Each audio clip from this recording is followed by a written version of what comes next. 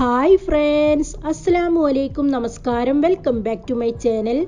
ഇന്നത്തെ നമ്മുടെ റെസിപ്പി നല്ല ടേസ്റ്റി ആയിട്ടുള്ളൊരു ചിക്കൻ പുലാവാണ്.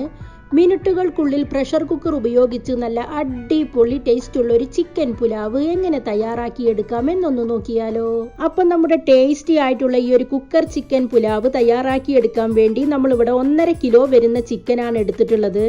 ചിക്കൻ നമ്മൾ മീഡിയം വലിപ്പത്തിലുള്ള പീസുകളായിട്ട് കട്ട് ചെയ്തെടുത്തതിന് ശേഷം നന്നായിട്ട് കഴുകി വൃത്തിയാക്കി വെള്ളമെല്ലാം നന്നായിട്ട് ഡ്രെയിൻ ചെയ്തെടുത്ത് വരഞ്ഞു കൊടുത്തിട്ടുണ്ട്.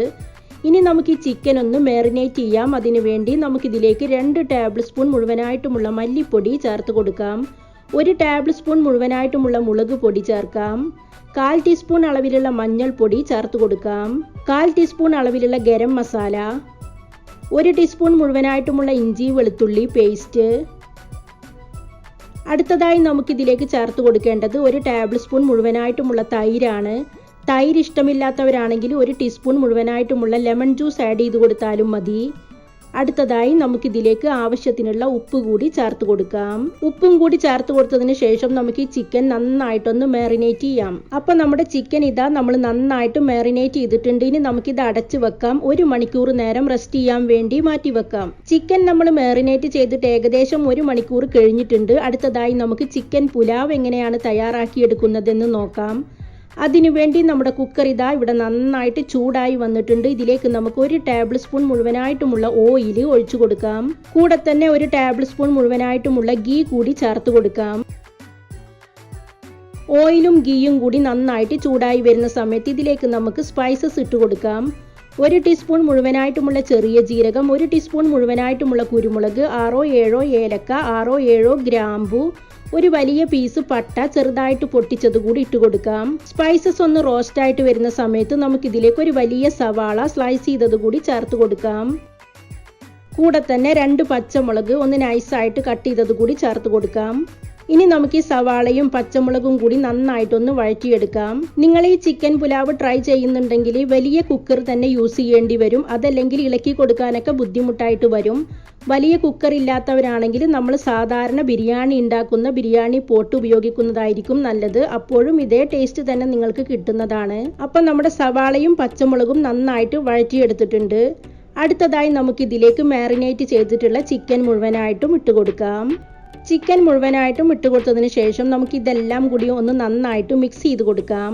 എല്ലാം കൂടി നമ്മൾ നന്നായിട്ട് മിക്സ് ചെയ്തെടുത്തിട്ടുണ്ട്. ഇനി നമുക്ക് കുക്കർ അടച്ചു വെച്ച് 1 വിസിൽ വരുന്നത് വരെ വെയിറ്റ് ചെയ്യാം. 1 വിസിൽ വന്നതിന് ശേഷം മാത്രം ഫ്ലെയിം ഓഫ് ചെയ്താൽ മതി. ഇപ്പം നമ്മുടെ കുക്കർ 1 വിസിൽ വന്നതിന് ശേഷം നമ്മൾ ഫ്ലെയിം ഓഫ് ചെയ്തിട്ടിരുന്നു. അതിനുശേഷം സ്റ്റീം എല്ലാം പോയിട്ടുണ്ട്. ഇനി നമുക്കിത് തുറന്ന് നോക്കാം. നമ്മൾ ഇതിലേക്ക് അല്പം പോലും വെള്ളം ആഡ് ചെയ്ത് കൊടുത്തിട്ടില്ലെങ്കിലും ചിക്കനിൽ നിന്ന് തന്നെ വന്നിട്ടുള്ള വെള്ളമാണിത്. ഇനി നമുക്ക് ഫ്ലെയിം ഒന്നുകൂടി ഓൺ ആക്കാം. അതിനുശേഷം ലോ ഫ്ലെയിമിൽ വെക്കുക. ഇനി നമുക്കിതിലേക്ക് കുറച്ചധികം തന്നെ മല്ലിയിലയും പുതിനയിലയും ചെറുതായിട്ട് കട്ട് ചെയ്തത് കൂടി ചേർത്ത് കൊടുക്കാം. അടുത്തതായി നമുക്കിനി ഇതിലേക്ക് റൈസ് ഇട്ട് കൊടുക്കാം. ലോങ് റൈസ് ആണ് നമ്മളിവിടെ എടുത്തിട്ടുള്ളത്. ഈ റൈസ് നമ്മൾ കഴുകിയതിന് ശേഷം 10 മിനിറ്റ് വെള്ളത്തിലിട്ട് വെച്ചിരുന്നു. അതിനുശേഷം വെള്ളമെല്ലാം നന്നായിട്ട് ഡ്രെയിൻ ചെയ്തെടുത്തിട്ടാണ് കുക്കറിലേക്ക് ഇട്ട് കൊടുത്തിട്ടുള്ളത്. അടുത്തതായി നമുക്കിതിലേക്ക് വെള്ളം ചേർത്ത് കൊടുക്കാം. നന്നായിട്ട് തിളപ്പിച്ച വെള്ളം തന്നെ ചേർത്ത് കൊടുക്കണം. നമ്മളിവിടെ എടുത്തിട്ടുള്ളത് 5 ഗ്ലാസ് റൈസാണ്. 9 ഗ്ലാസ് വെള്ളം മാത്രമാണ് നമ്മൾ ഇതിലേക്ക് ചേർത്ത് കൊടുക്കുന്നത്. വെള്ളവും കൂടി ആഡ് ചെയ്ത് കൊടുത്തതിന് ശേഷം നമുക്കിതെല്ലാം കൂടി നന്നായിട്ടൊന്ന് മിക്സ് ചെയ്ത് കൊടുക്കാം. ഇതിലേക്ക് നമുക്ക് കുറച്ചുകൂടി ഉപ്പ് ആഡ് ചെയ്ത് കൊടുക്കാം. നമ്മൾ റൈസിലേക്ക് ഒട്ടും തന്നെ ഉപ്പ് ആഡ് ചെയ്ത് കൊടുത്തിട്ടില്ല.